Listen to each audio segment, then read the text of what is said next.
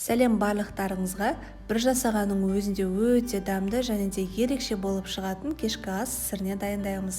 Ең алдымен қызып тұрған қазанымызға сұйық майымызды құйып аламыз. Одан соң етімізді саламыз. Етіміз барынша көбірек болса өте дәмді болып шығады. Алдымен етімізді қуырып аламыз 5-10 минуттай. Одан кейін пиязымызды молырақ салып, екеуін бірге қуырып аламыз.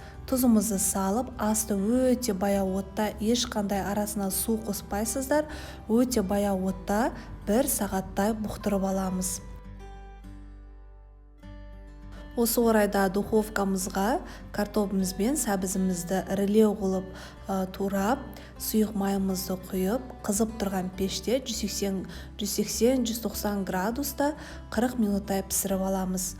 Сол кезде біздің картоп пен сәбізіміз езілмей жақсы піседі. Қазанда да пісіріп алуға болады, бірақ осылай әдемі көрінеді дастархандарыңызда.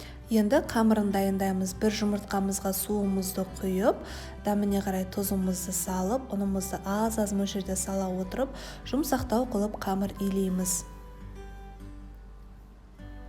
Қамырымыздың бетін жауып, жарты сағатқа қалдырамыз. Жарты сағаттан соң барынша жұқалау қылып жаюға тырысыңыздар.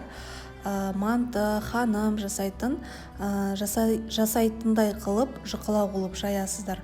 Одан кейін осылай бірнеше бөліктерге бөліп шығамыз. Ал начинкасына теркадан өткізілген сәбіз, майдалап туралған пияз және де көк пиязымыз, дәміне қарай тұзымыз, кішкене ғана сұйық майымызды құйып, қосып, араластырып, осылай арасына салып шығамыз. Видеода көрсетілгенде гүлдің формасына келтіріп орап шығамыз, яғни гүл ханым сияқты қылып. Мантываркамызды майлап, салып шығып, 35-40 минуттай пісіріп аламыз. Осы орайда біздің картопы мен сәбізіміз пісіп шығады. Міне қараңыздар, осылай қып-қызыл болып, әдемі болып піседі. Негізі осы картоп пен сәбізімізді қазанда да пісіріп алуға болады, бірақ езіліп кетеді. Сол үшін осылай бөлек пісіріп алғандарыңыз жақсы. Міне қараңыздар, еттің осындай ешқандай су қосқан жоқпын. Осылай өзінің согы шығады. Өте дәмді өзінің еттің согы шығады. Осы орайда картоп пен сәбізімізді салып, қазанға кішкене ғана дәміне қарай дәмдеуішті қостым. Осы орайда қалаған дәмдеуіштеріңізді немесе паприка қоссаңыздар да болады. Осылай қосып, жай ғана араластырыңыздар, қатты араластырмаңыздар, өйткені картоптарыңыз езіліп кетуі мүмкін. Осылай бір ғана араластырып, бетін жауып, тағы да 5 минутқа бұқтыруға қалдырамыз.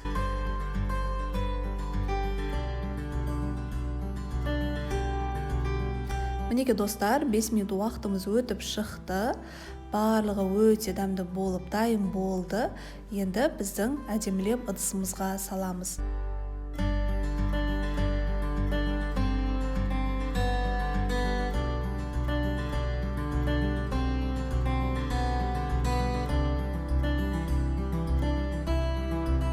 Мінеке салып шықтық. Оның үстіне біздің дайын болған гүл ханымды саламыз. Ең беткі бетіне осылай салсаңыздар, дастархандарыңызда өте әдемі көрінеді. Қалауларыңызша қазанның түбінде қалған, яғни еттің сорпасын, еттің өзінен шыққан согын, яғни сорпасын ханымның бетіне құйып шықсаңыздар болады. Ол кезде де өте дәмді болып шығады. Міндетті түрде дайындап көріңіздер достар. Мен кеше ғана жасадым, бірінші рет жасадым. Бір жасағаның өзінде өте дәмді болып шықты. Сол үшін сіздермен рецептпен бөлістім. Сіздермен бірге болған Арайдың асханасы каналыма тіркеліп, лайк басып, қоңырау белгісін басып қойды ұмытпаңыздар. Астарыңыз дәмді болсын.